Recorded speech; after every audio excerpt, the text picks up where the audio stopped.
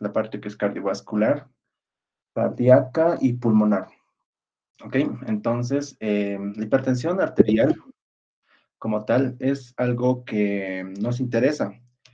Cuando nosotros llegamos a salir, a egresar de la carrera, vamos a salir como médicos generales.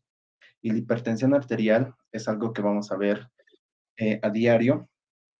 Eh, bueno, entonces, aquí está. Este es nuestro caso clínico. Ya tenemos nuestro... Esto lo voy a subir porque creo que no están entrando muchos.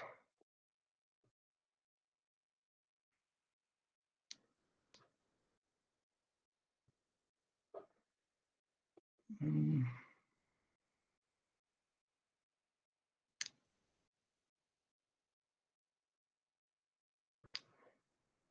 Listo, esto va a estar en el Classroom igual.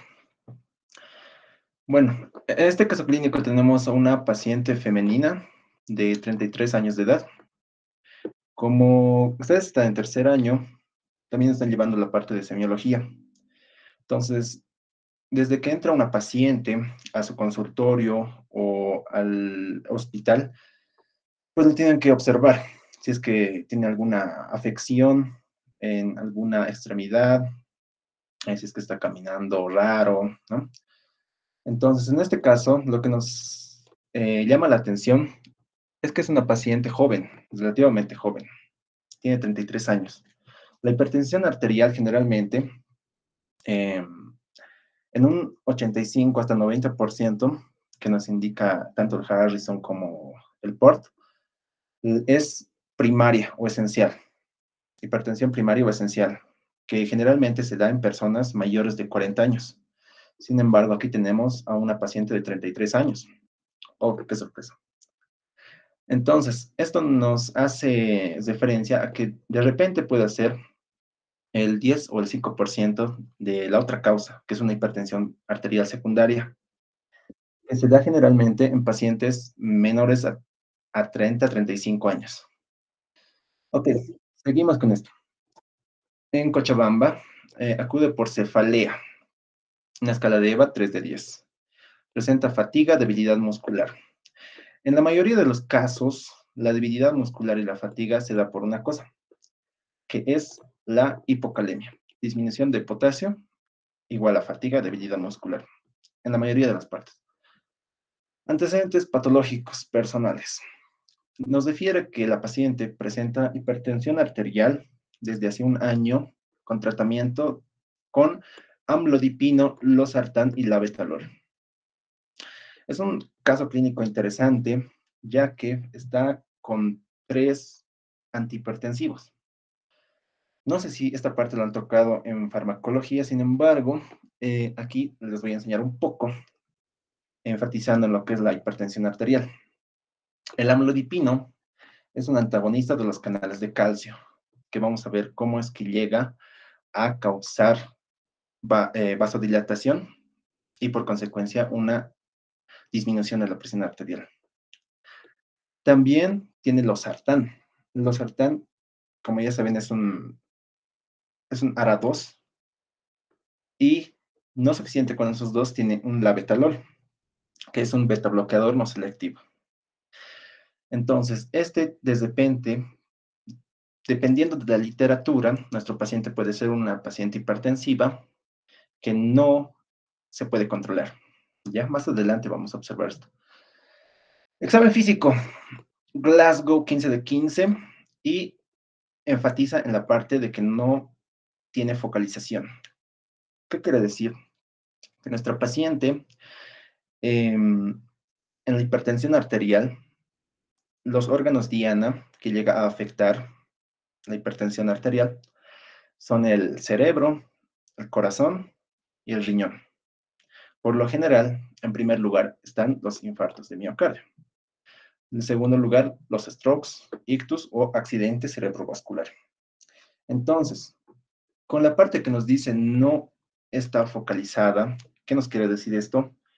Que no presenta una hemiparesia, una hemiplegia. Entonces, con esto descartamos de que no está complicada. No le dio un stroke, un accidente cerebrovascular.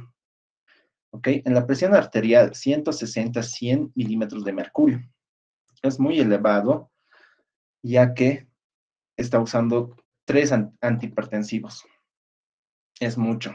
La frecuencia cardíaca está un poco taquicárdica, frecuencia respiratoria, básicamente normal. El examen cardíaco, abdominal, neurológico y musculoesquelético no fueron relevantes. Se hace énfasis, como les dije, en estos órganos diana: cardíaco, neurológico, musculoesquelético por el potasio. También no presenta signos de edema. Sabemos que con la hipertensión arterial, el signo más característico pues es el edema. Se solicita exámenes complementarios: radiografía de tórax, un electrocardiograma, como les dije, cardíaco, realizados al momento de la admisión. También fueron normales. Entonces, con eso nos quedamos tranquilos. Sin embargo, tenemos que llegar a la causa, ¿ya? Entonces, en los electrolitos, lo que tenemos es un sodio de 136 miliequivalentes litros. El sodio normal, ¿alguien me puede decir quién es? ¿Cuál es? De 135 a 145 mil equivalentes litros. Exacto, Kimberly. De 135 a 145, entonces no tiene una alteración en el sodio. El potasio, como pueden ver, está levemente disminuido. Lo normal es de 3.5 a 5 miliequivalentes litro. El pH de 7.45, bicarbonato de 36 y una presión de dióxido de carbono de 40. Entonces, ¿me pueden decir más o menos qué interpretan con estos laboratorios?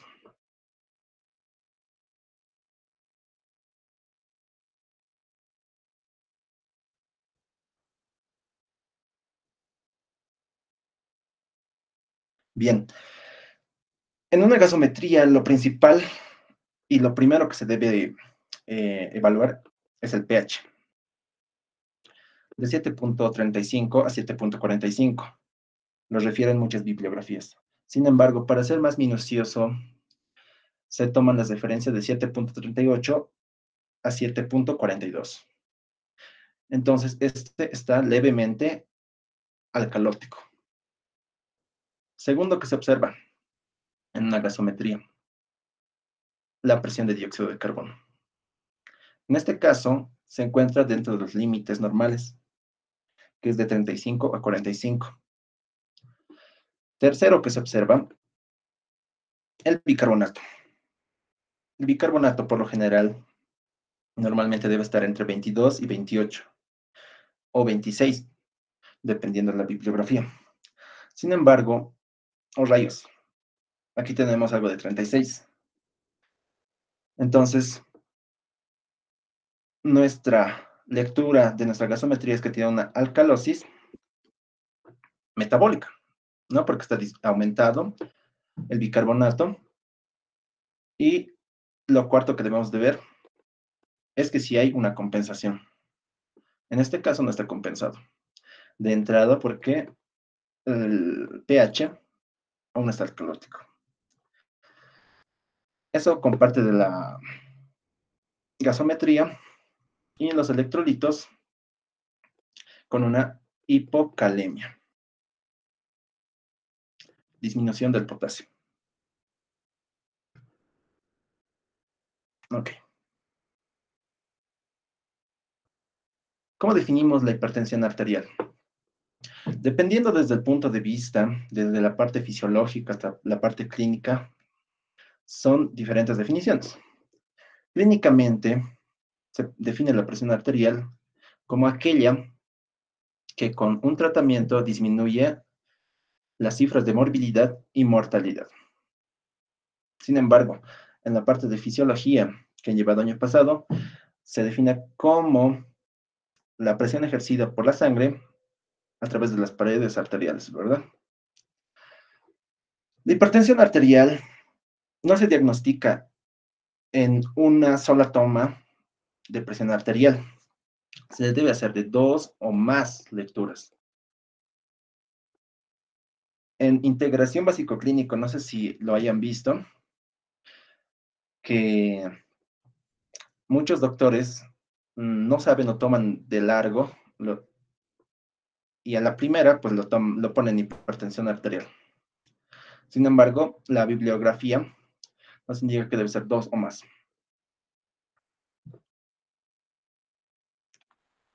Ok, aquí tenemos la clasificación de la presión arterial. Tomé dos referencias, ¿ya? Esta es la del Harrison de la 20ª edición, que toma diferentes guías, tanto del Colegio de Cardiólogos. Entonces, nos menciona, como todos lo saben, que de menor a 120/80, pues está bien. Sin embargo, aquí hay una gran diferencia entre el Harrison y la octava, el octavo consenso de la presión arterial. Elevada se lo considera por encima de 120 a 129. Miren, aquí el Harrison se equivocó. Y menor a 80. ¿No? Aquí difiere con la etapa 1, en donde nos indica que es de 140 a 159 y de 130 a 39. Depende de qué examen vayan a poner su bibliografía. Generalmente el de la residencia es el Harrison 20ª edición, hasta este año, aunque ya salió la 21. Entonces, esta es la que vamos a tomar siempre. Hipertensión arterial, como les mencioné, hay causas primarias y secundarias. Las secundarias representan una minoría. La primaria representa el 85-90% de la hipertensión. También está la hipertensión resistente, que probablemente es nuestra paciente, en donde tiene una hipertensión que no está controlada, mayor a 130/80, a pesar de que el tratamiento con 3 o más antihipertensivos o requiere 4 para controlarse. Entonces, nuestro paciente se clasifica dentro de esto, ¿no? Una hipertensión resistente.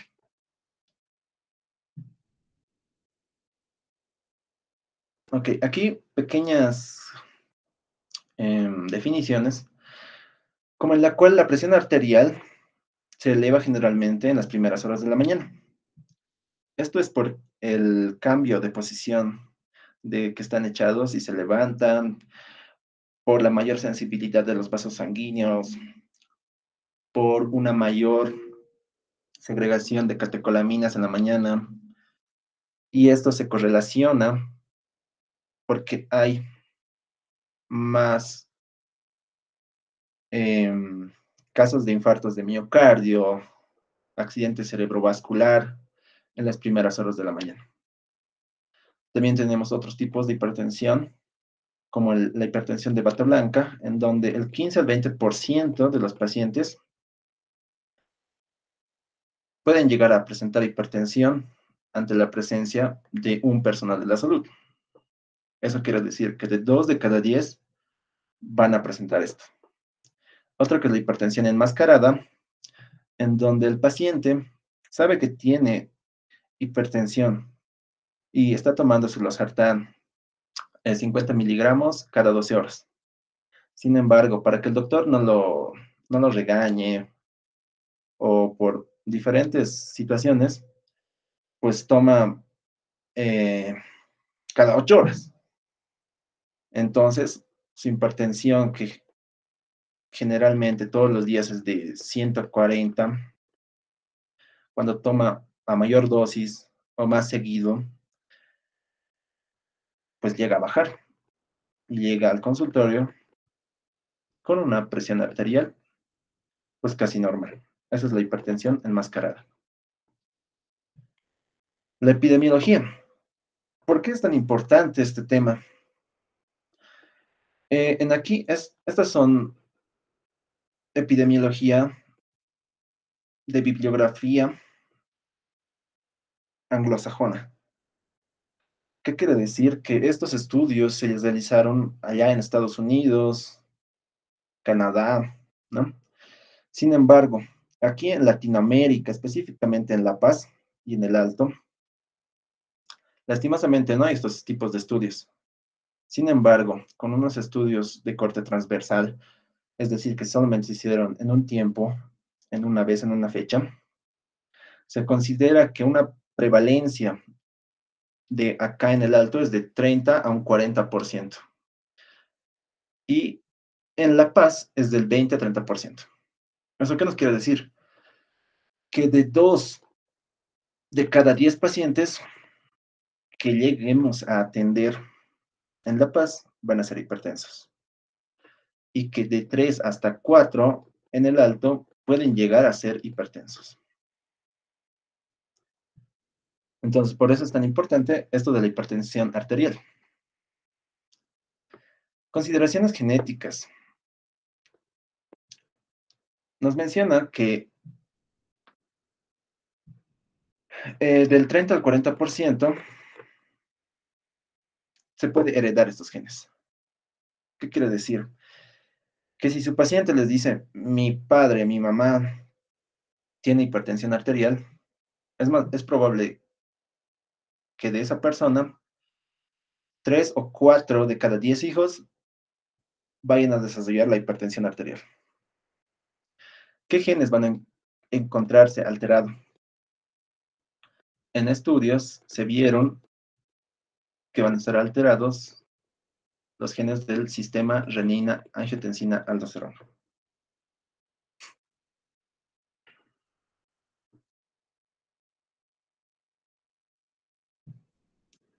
Mecanismos de la hipertensión arterial. ¿Por qué se produce la hipertensión?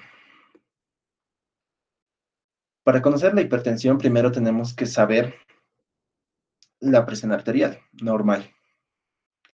¿Por qué está dada la presión arterial?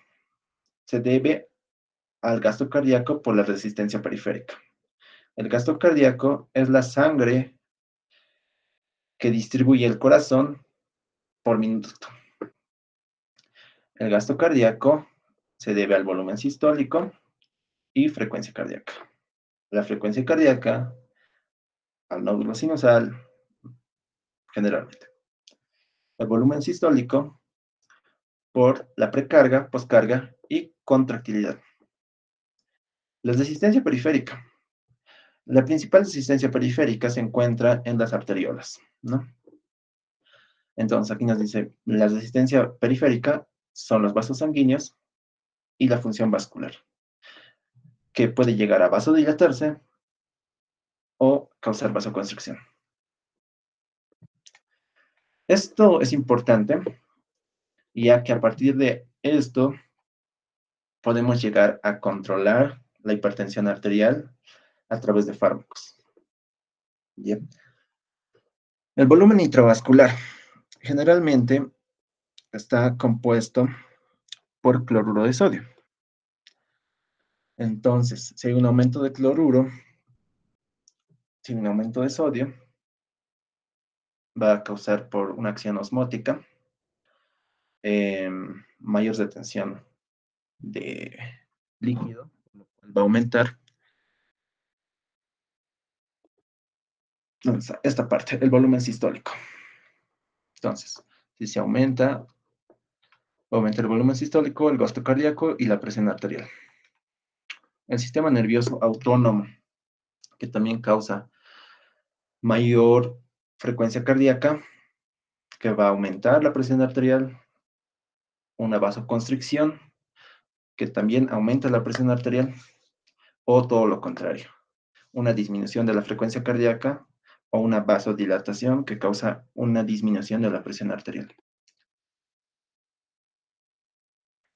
Y el sistema renina, angiotensina, aldosterona. Esta es una parte importante, ya que a partir de esto se puede tratar una hipertensión arterial. Los antihipertensivos de primera línea, los IECA, los ARAS y los antagonistas de calcio. Lo que más se usa en la práctica clínica, pues son estos dos, que van a actuar en el sistema renina-angiotensina-aldosterona. ¿Cómo es este sistema? Bueno, vamos a recordar simplemente la fisiología que llevaron ya año pasado, ¿no? Que todo empieza con el angiotensinógeno, que es sintetizado en el hígado, es una proteína básicamente. La renina escinde, divide a al angiotensinógeno en angiotensina 1. La renina es sintetizada por las células yuxtaglomerulares. En el riñón, haz respuesta a una hipoperfusión. Y esta angiotensina 1, por la enzima convertidora de angiotensina, que se encuentra en el pulmón, la angiotensina 2 tiene sus efectos. Con su receptor AT1 en la aldosterona y el receptor AT2 que causa vasoconstricción. Entonces, la aldosterona, eh, ¿alguien sabe cuál es la función de la aldosterona?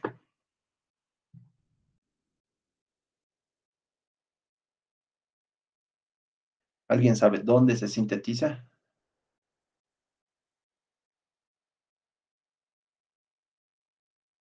En ¿Alguien la sabe? glándula suprarrenal. ¿Ya? ¿En qué parte? En la...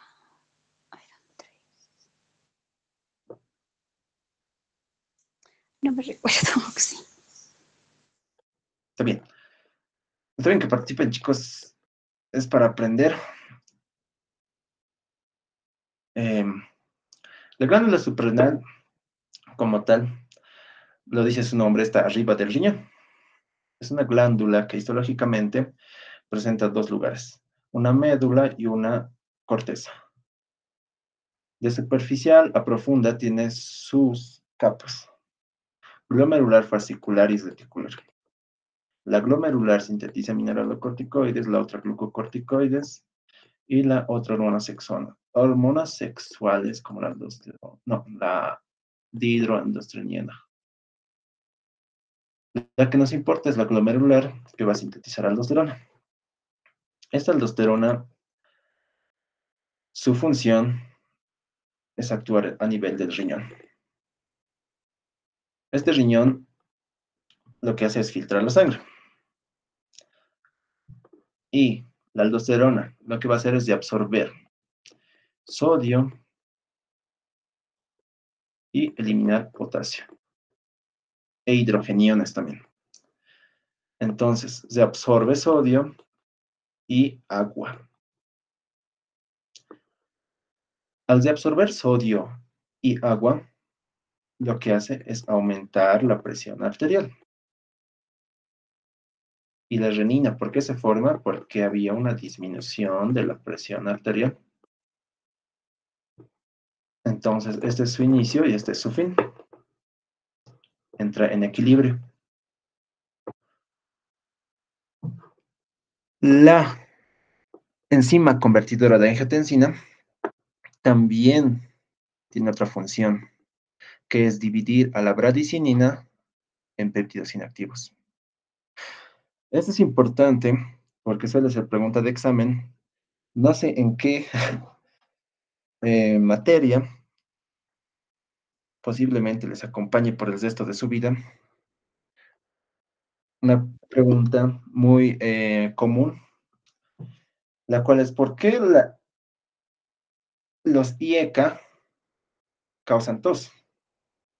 Es un efecto adverso. Y es porque esta enzima convertidora de angiotensina disminuye, elimina a la bradicinina. Y lo que hace la bradicinina es vasodilatación y broncodilatación. Entonces, las IECA lo que hace es inhibir a este, causa tos. ¿Ya? Entonces, nos vamos a la siguiente. Los mecanismos vasculares. Esta es la resistencia vascular.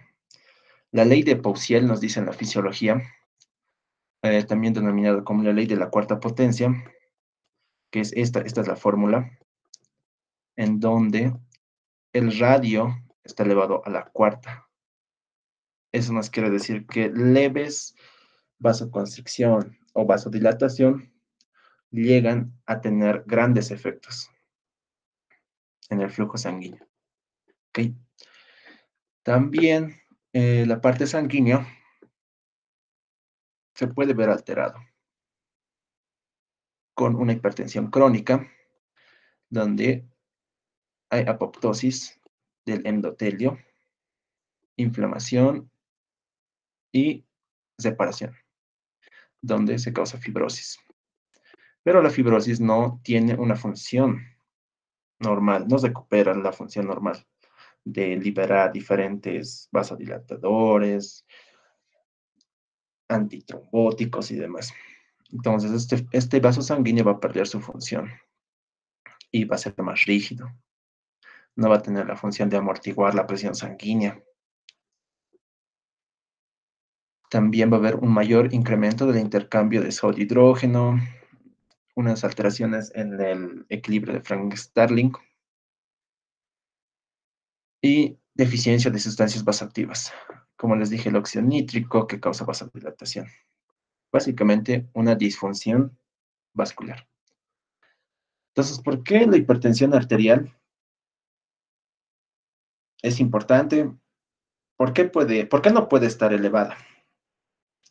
¿Por qué nos llama la atención tanto que una paciente tenga 160-100? Porque puede llegar a afectar el corazón principalmente, que es un órgano diana y que puede causar cardiopatía hipertensiva. La cardiopatía hipertensiva generalmente va a causar hipertrofia del ventrículo izquierdo. ¿Por qué? Porque aquí va a haber una poscarga aumentada. ¿Qué quiere decir? Que al corazón va a tener que trabajar más, no con más frecuencia, sino con mayor fuerza. Es como si fuera al gimnasio. Y esto se lo denomina como una sobrecarga de volumen. No, una sobrecarga de presión. La sobrecarga de presión se debe a una hipertensión arterial o una estenosis. En este caso, una estenosis aórtica. La sobrecarga de presión, la característica es que va a tener una hipertrofia concéntrica. ¿Qué quiere decir? Que el corazón va a aumentar el tamaño de sus paredes. Sin embargo, no va a aumentar la cavidad. Eso quiere decir que va a haber una disminución del volumen diastólico y del volumen sistólico. Por lo contrario, la otra que es la sobrecarga de volumen, que va a ser excéntrica, que tiene paredes delgadas, pero con un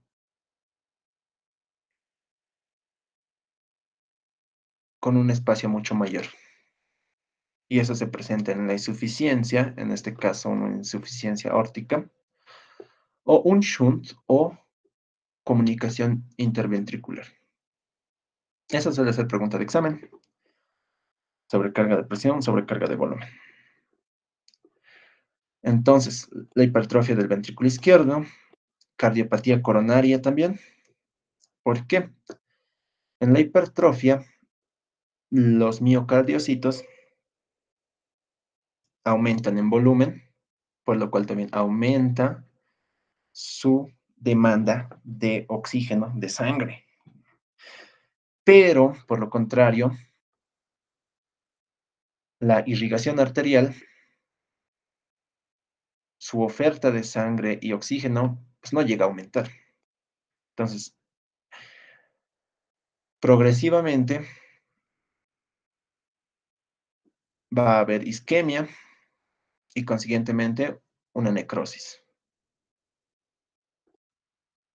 Puede llegar a ser tan fatal que puede causar arritmias cardíacas, que puede afectar a la parte de las fibras de Purkinje del sistema de conducción,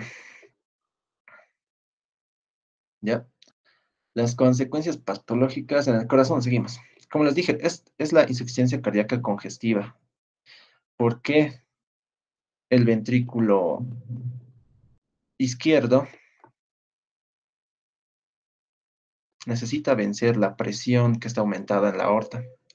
Entonces va a haber una hipertrofia del ventrículo izquierdo, eso va a pasar hacia la aurícula izquierda, de la aurícula izquierda a los pulmones, va a haber una congestión pulmonar, luego va al ventrículo derecho y así hacia la parte sistemática, donde se va a presentar con edema, con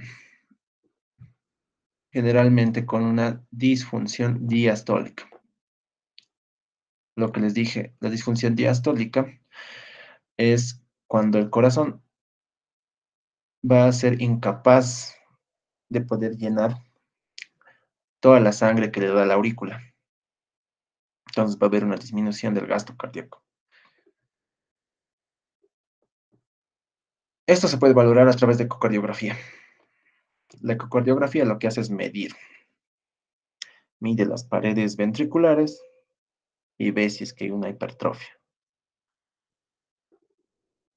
Una pared del ventrículo izquierdo mayor a 11 milímetros, diagnóstico hipertrofia. El cerebro. El cerebro, el factor de riesgo más importante para la apoplejía, o también denominado stroke, ictus o ACV, es la hipertensión arterial, donde el 80 de la hipertensión arterial solo van a ver más a profundidad en neurología, donde la mayor parte de los ACV llegan a ser infarto y el restante hemorrágico. Esto se toma más en cuenta en personas mayores de 65 años, ¿no? Eso es lo frecuente. Y con una ACV, bueno, como les mostré lo mandé el video al WhatsApp, es eso. Es así similar, eso prácticamente es la sintomatología que se ve en una ACV. Y es algo importante, ya que, como saben, el cerebro es el que es más sensible a la isquemia. Los libros nos dicen que es de 4 hasta de 2 a 5 minutos y ya llega a morir, llega a haber necrosis de las células neurológicas, de las neuronas.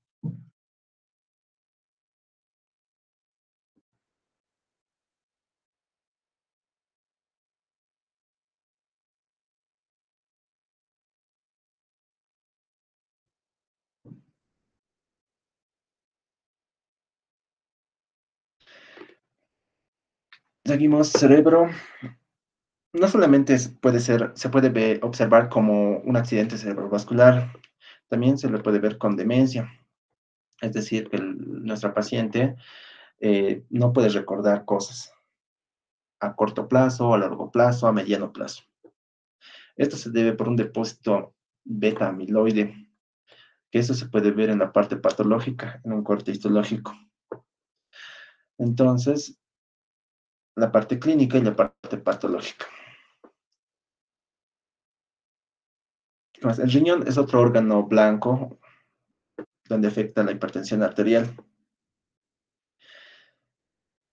Suele ser también la principal causa de hipertensión arterial secundaria.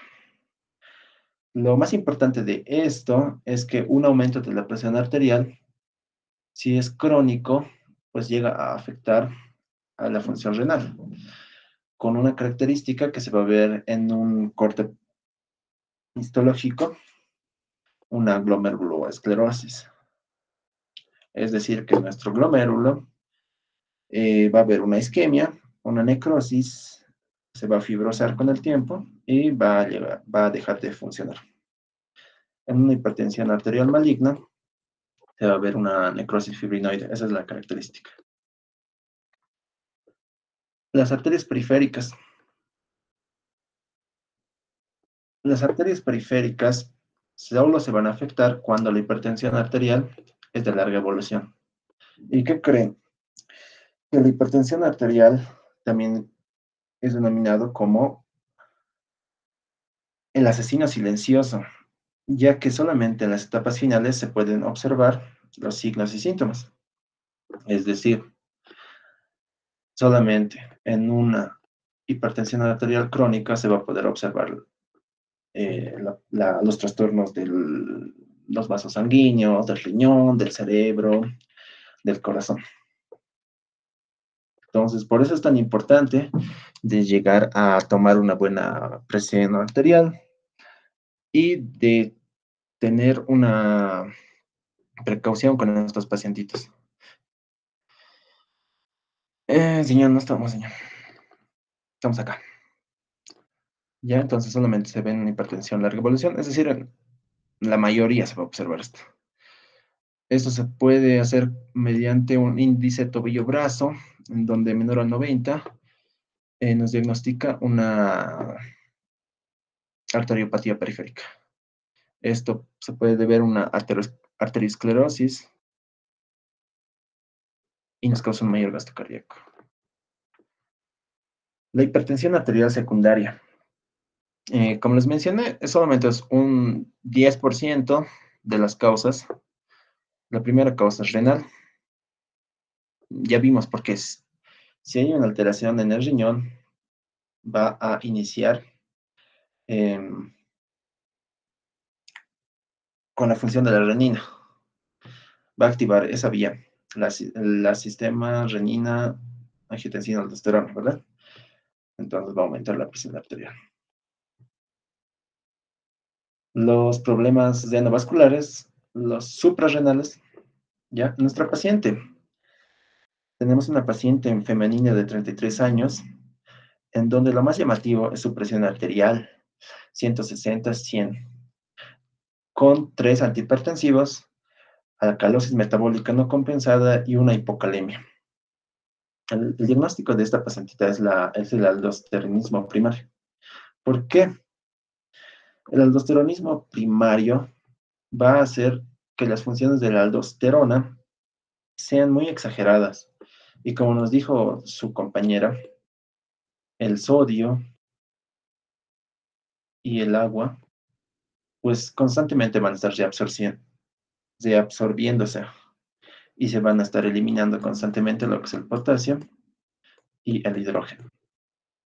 Entonces, es por esta razón la alcalosis metabólica y también la hipocalemia. Vamos a ver qué diferentes tipos de tratamientos se dan. Ya, también tenemos esta que es la apnea obstructiva del sueño. Es una causa de la hipertensión, aunque ustedes no crean. Es algo interesante esta parte, ya que saben qué es el apnea, ¿verdad?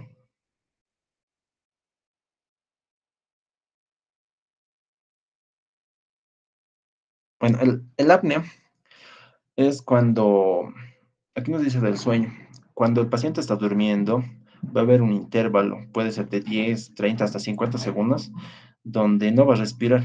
Se cierran las vías respiratorias y no respira. Entonces, en este intervalo de tiempo, va a haber una disminución del oxígeno. Esta es básicamente la fisiopatología, ¿no? Disminuye el oxígeno de manera intermitente y la disminución del oxígeno causa que se active el sistema nervioso simpático. A través de la adrenalina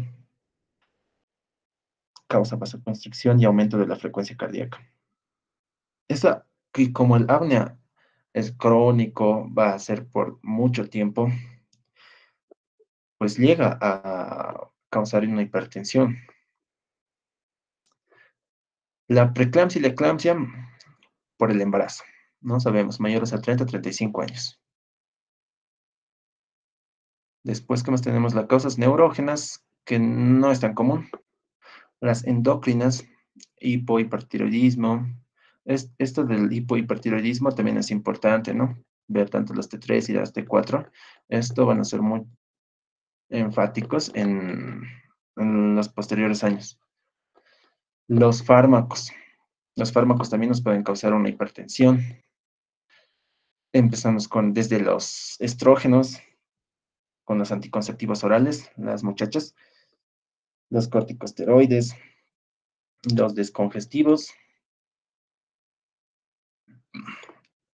En esta época de desfríos, ¿no? Lo que la mayoría que toma es un Flavicol, un Tapirec, ¿no? Entonces, ¿alguien sabe cuál es la composición de estas?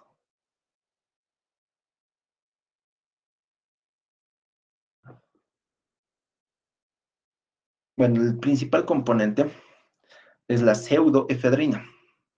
La pseudoefedrina va a ser un estimulador adrenérgico para la descongestión nasal y demás. Pero en la parte cardiovascular lo que va a causar es vasoconstricción y aumento de la frecuencia cardíaca. Entonces es por eso que el Flavicol, el Tapirec y varios, ¿no? que la gente consume y también la farmacia los vende. Entonces, eso es lo que causa también una hipertensión.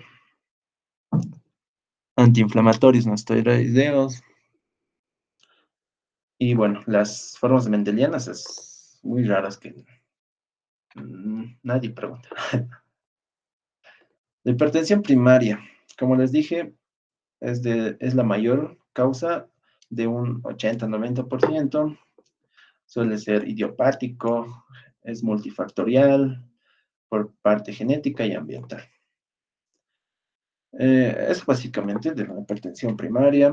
Está relacionado con otras comorbilidades como la obesidad, síndrome metabólico, ¿no?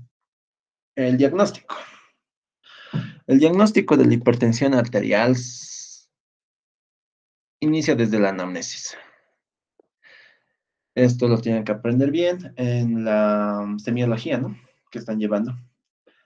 Desde cuándo ha durado, qué tratamientos tuvo, antecedentes muy importantes. Les dije 3 de cada 4, de 10 hijos pueden llegar a tener una hipertensión arterial. Otros factores de riesgo, las comorbilidades, una hiperlipidemia, si es que fuma, si es que toma, si es que tiene diabetes, ¿no? Y la hipertensión secundaria, que bueno, esto ya se debe hacer más énfasis en la parte renal, primeramente, como les dije, es la primera causa de hipertensión secundaria. Y la segunda, que es la manifestación de daños en órgano diana.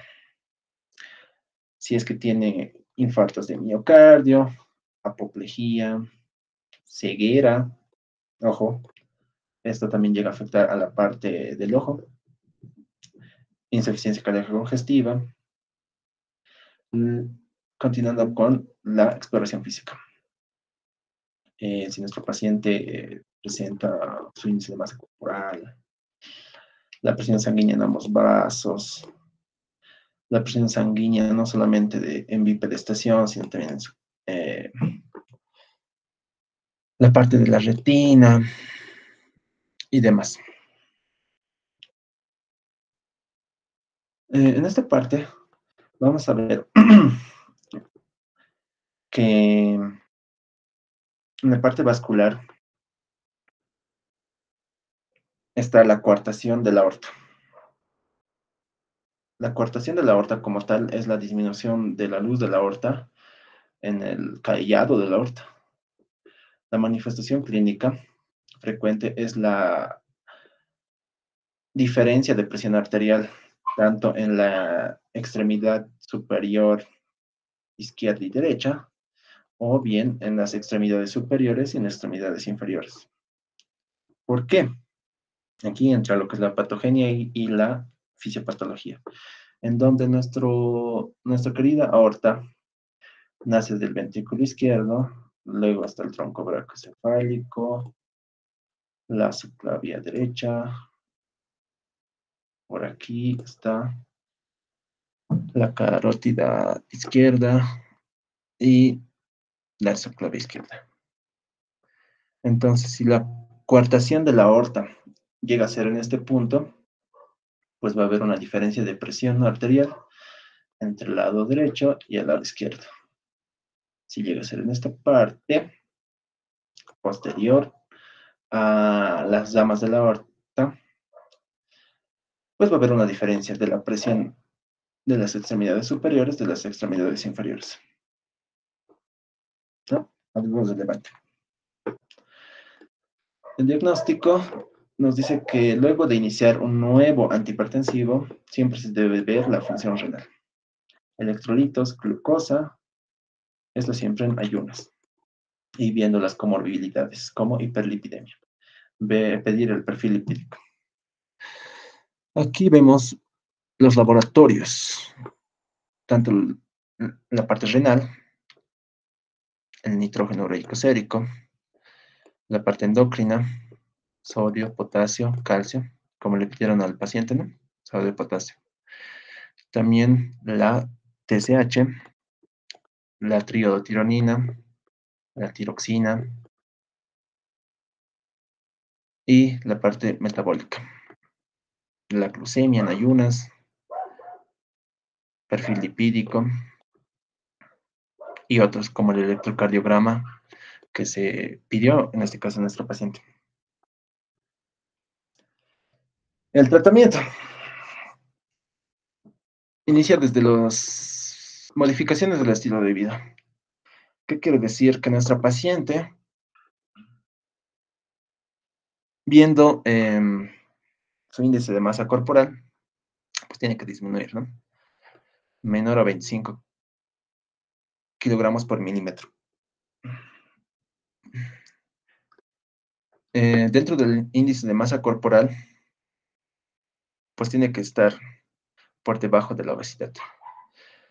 El consumo de sal tiene que ser menor a 6 gramos de cloruro de sodio al día, quiere decir de sal. Lo que es la cucharilla, eso llega a tener 5 gramos. Generalmente se les indica de que tome o que coma en todo su día menos de eso, ¿no? Entonces eso es lo que le indican. La parte dietética, que tiene que comer una dieta balanceada, con menos carbohidratos y demás. Una moderación de consumo de bebidas alcohólicas. Esto es en varones y en mujeres. En varones menor a 2 copas al día y en mujeres menor a 1 copa al día. La actividad física es importante. Hacer diferentes estudios indican de que una marcha acelerada, un trote ligero, se debe hacer durante 30 minutos al día, 5 de cada 7 días, es decir, 5 días a la semana. Tienen que ser 30 minutos, no 20, no 25, no 28. 30. Eso es lo que indican investigaciones recientes. Bien, empezando con la parte farmacológica. Aquí, yo creo que desde el primer año sabíamos que era la hipertensión arterial y dar losartán, medir después de 12 horas y está bien. Sin embargo, actualmente ya están en el tercer año y necesitamos saber de que no a todos se les da un losartán, un enalapril y listo. Hay diferentes contraindicaciones. No sé si lo han llevado en farmacología, sin embargo, aquí lo vamos a llevar de manera ligera y repasar las cosas relevantes. Ya, entonces, estos son los de antihipertensivos de primera línea, tanto los inhibidores de la enzima convertidora de angiotensina, los IECA, y los ARA2. Su sufijo característico PRIL. Son varios, no se memoricen, simplemente sepan el sufijo. Los sartán del ARA y los PRIL de los IECA. Estos están contraindicados en lesión renal aguda, generalmente igual o menor a 30 de la tasa del filtrado glomerular. Entonces, una señora que es tu vecina, le mides la presión arterial, está con 140, 85, o rayos, hipertensión arterial, y te dice, ¿no? Doctora, ¿qué voy a tomar? No sabes si tiene lesión renal, no sabes si tiene alguna alteración cardíaca, no sabes cómo es su dieta, o sea, tú no sabes nada. Entonces, por querer ayudarla, puedes llegar a arruinar a ese paciente, ¿no? Capaz tiene una insuficiencia renal, no lo sabe, nunca fue al médico. Tú aceleras de que vaya y no al médico. Entonces, lo principal entre los IECA y los ARA, contraindicado en lesión renal aguda, menor a 30 de tasa de filtrado glomerular y segundo, hiperpotasemia o hipercalemia. Estos inhibidores de la renina, que es el isquireno, aparece en el Harrison. Sin embargo, en actuales guías ya no se recomienda usar estos. Los antagonistas de los canales de calcio. Los antagonistas,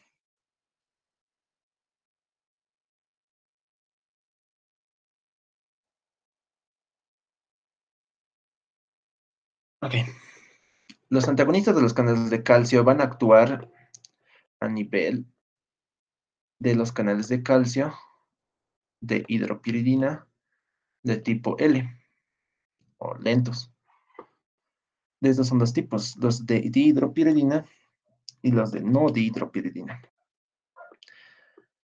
Estos generalmente, la dihidropiridina solamente tiene acción en los vasos sanguíneos a nivel periférico y los no hidropiridínicos actúan a nivel vascular, pero también a nivel cardíaco, por lo cual está recomendado en infartos de miocardio y taquicardias, angina también.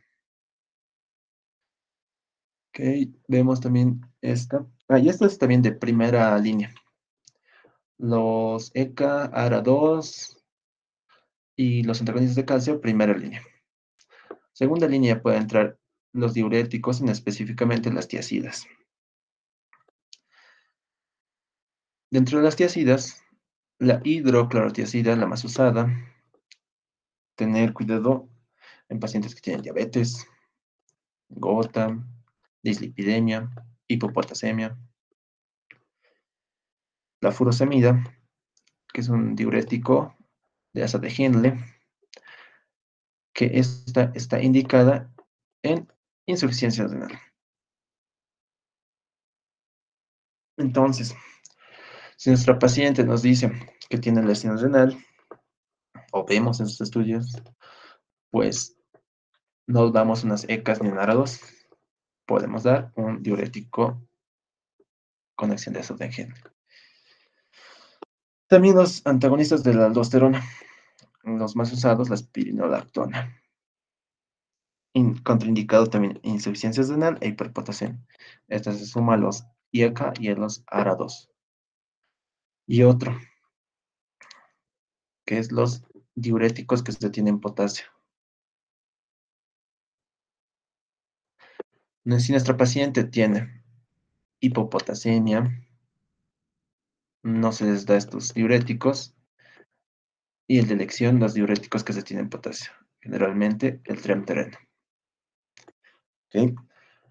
Después podemos llegar a actuar a nivel del sistema nervioso, en los receptores. Los beta bloqueadores, que nuestra paciente tenía el labetalol, que este es acción alfa y beta combinada. Y también están los selectivos y los no selectivos. Esto generalmente se da en pacientes igual después de un infarto de miocardio, taquicardia. No se da en qué? Bloqueos cardíacos. El bloqueador adrenérgico, igual, los selectivos y los no selectivos. Y aquí el más importante es la terazocina. Un paciente masculino de 50 años que presenta em, hi- hipertrofia benigna de próstata. No se le puede dar estos. Se le da un agonista alfa, terazocina, para hipertensión benigna de próstata. Los simpaticolíticos. De esta, la más importante y la más usada, la metildopa. Se usa en quienes, en pacientes que presentan preeclampsia. Eso también es aquí. Estas no se da en pacientes embarazadas. En diferentes bibliografías dicen desde el segundo a tercer trimestre de embarazo. Sin embargo, actualmente dice que no se debe dar en pacientes embarazadas, sea de primero, sea de tercer embarazo. Ojo con eso, llega a causar teratogenia.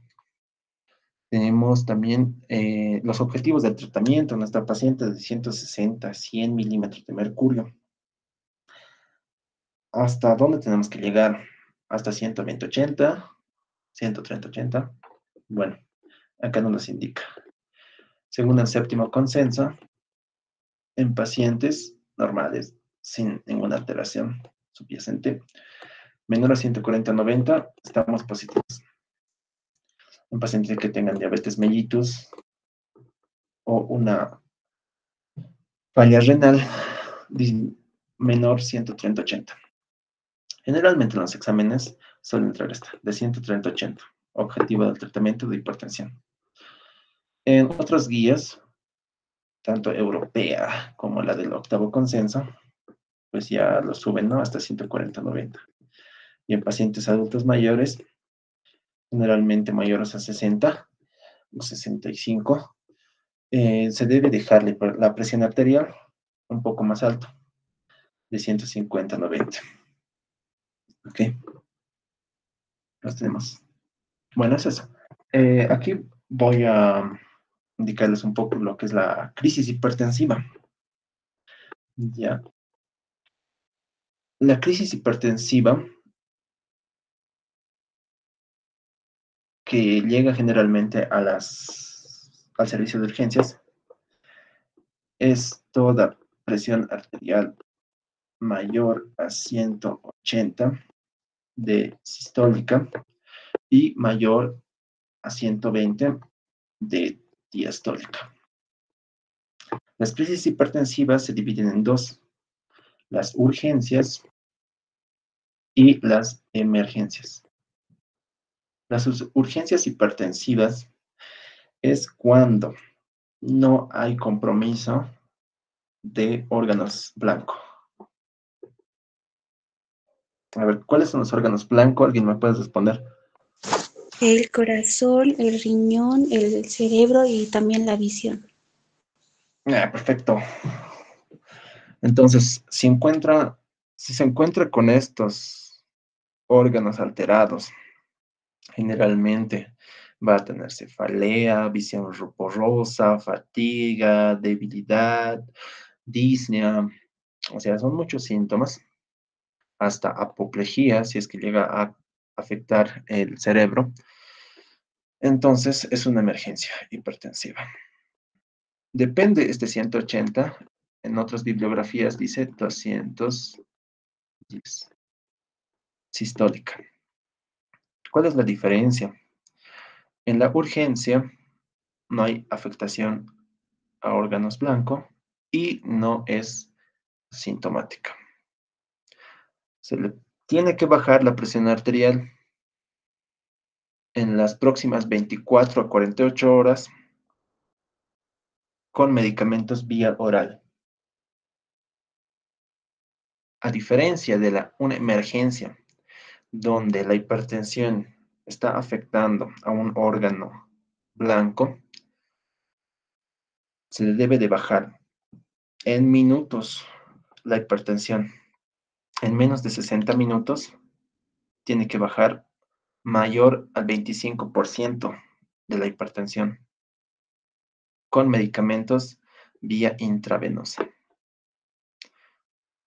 De primera línea que nos indica las guías es el captopril. El captopril, crisis hipertensiva interno en su servicio rural. Llega una paciente femenina de 50 años, normal, con cefalea, la escala de EPA 2 de 10, presión arterial. Le miden los signos vitales, donde nos indica una presión arterial de 190-130. Lo que se les debe dar, captopril.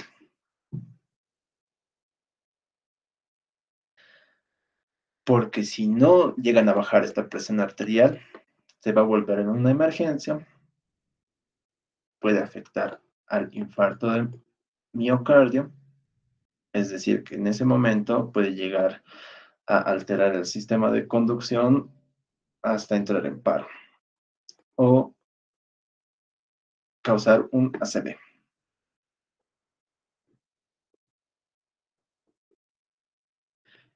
Que como les mencioné en el WhatsApp, las enfermedades vasculares es una de las primeras causas de muerte en el mundo. Y aún así, con la epidemia del COVID, no ha llegado a superar esta prevalencia e incidencia de las enfermedades cardiovasculares. Entonces hay que tener mucho cuidado, mucho control, mucho ojo con este tema que es muy frecuente, como les dije, y que es silencioso, ¿no?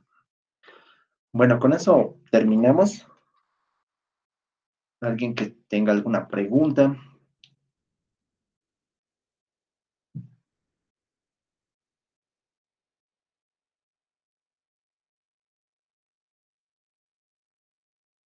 Y sus nombres al a los comentarios para la asistencia.